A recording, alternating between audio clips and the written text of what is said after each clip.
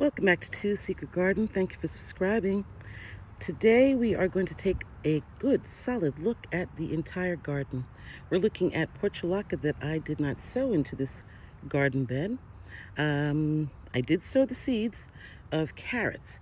I did not know carrots were in my pocket and they ended up in this grill. That's oregano from last year that came back and I let flower because it's beautiful. But carrot seeds were an accident, and the portulaca is a joy. They are beautiful. They're volunteers, and we love having volunteers in this garden. Welcome to Two Secret Garden. Thank you for subscribing. Thank you for watching. As we go by the echinacea, my son makes that for his tea. He's enjoying that. We started this garden in February, and it's a no-dig garden. We laid down seeds in this no-dig garden, and we were very anxious, so we started right over here near the roses. That was crepe myrtle that you saw a moment there. And we laid down seeds in March, and here they are. Lettuce, you've seen me harvest it. Here's the carrots, and they're pretty tall. You saw me harvest one of the rainbow carrots. Here is the volunteer tomatoes. They come back, they're yellow pears. They fall to the ground just like that, and they return, and they give us a wonderful, bountiful harvest. We give thanks for them. Here in bed number 1, we also have peppers directly sown, and I can see that one of the peppers has fallen to the ground. So it's time to harvest those banana peppers. And we've got more carrots next to that. Recently we sowed some radish. These are onions from last year, waiting for them to finish tumbling over. We did harvest some of those. And here is the San Marzano. We love this tomato. We were scared we were going to lose it. We harvested them when they were green, and you can see they are really, they're ready to go. We've got to take them off the vine today.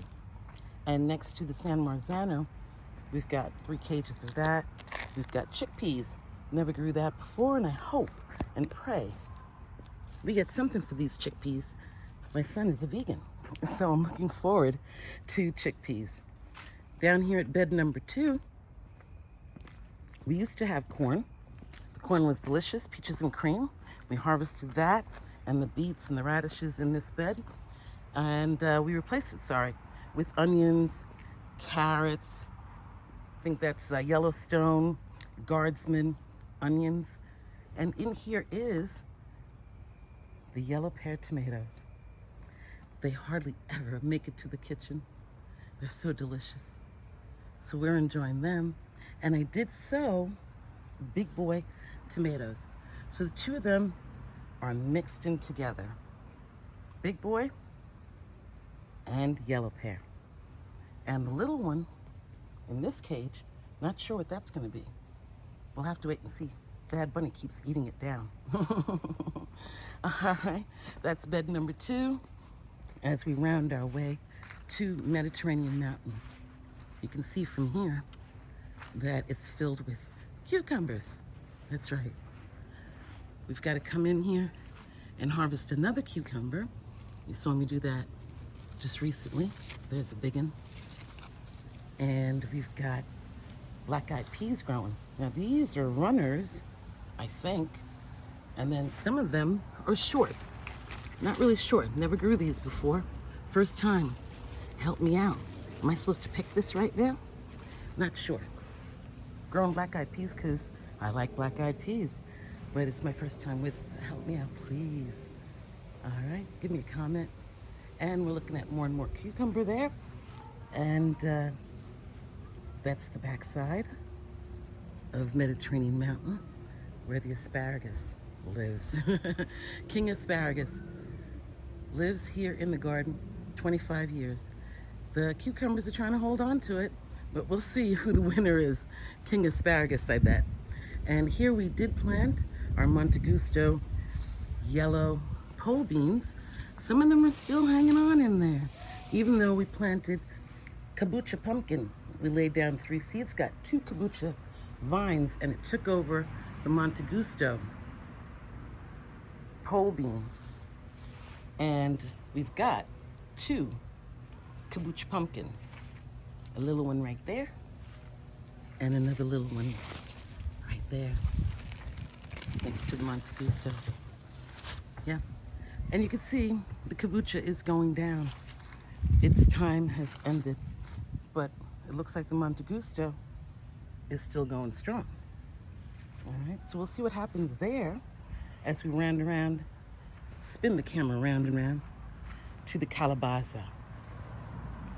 We laid down 3 seeds. We got 2 vines and 3 calabazas. And I'm not mad about that at all. I'm pretty happy. I'm looking forward to this calabaza. It's wrapped around the dahlias and the roses. I made a real mess of it here to tell you the truth. It's really, really wrapped around the dahlias and the roses, but they seem to be doing just fine, cohabitating, living in peace, and providing everyone in the garden with their nourishment. They bring in the pollinators, they sure do. So as we go up here looking past the cucumbers and the black-eyed peas, remember this is Mediterranean Mountain, the brassicas are still here. Little finger, carrots, and here we've got the red cabbage finally heading up. It's about time. Red cabbage, red acre cabbage has been here since March. Swiss chard, warrior scallions in between. The broccoli de Chico, we sowed that in June. Not doing too well, but we'll leave it alone. Leave it alone. There are scallions. There is more snowball cauliflower, teeny tiny there.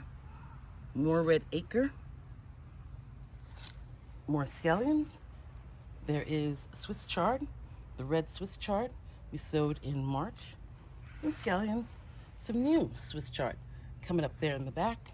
And finally here at the end of Mediterranean Mountain is the Brussels sprouts.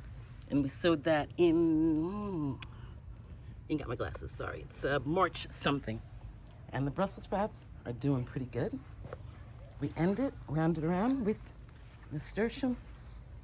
Finally, some snap peas, my favorite for the fall. And that is Two's Secret Garden. Thank you so much for watching. Thank you so much for subscribing. It has been our joy to share our garden with you. One love.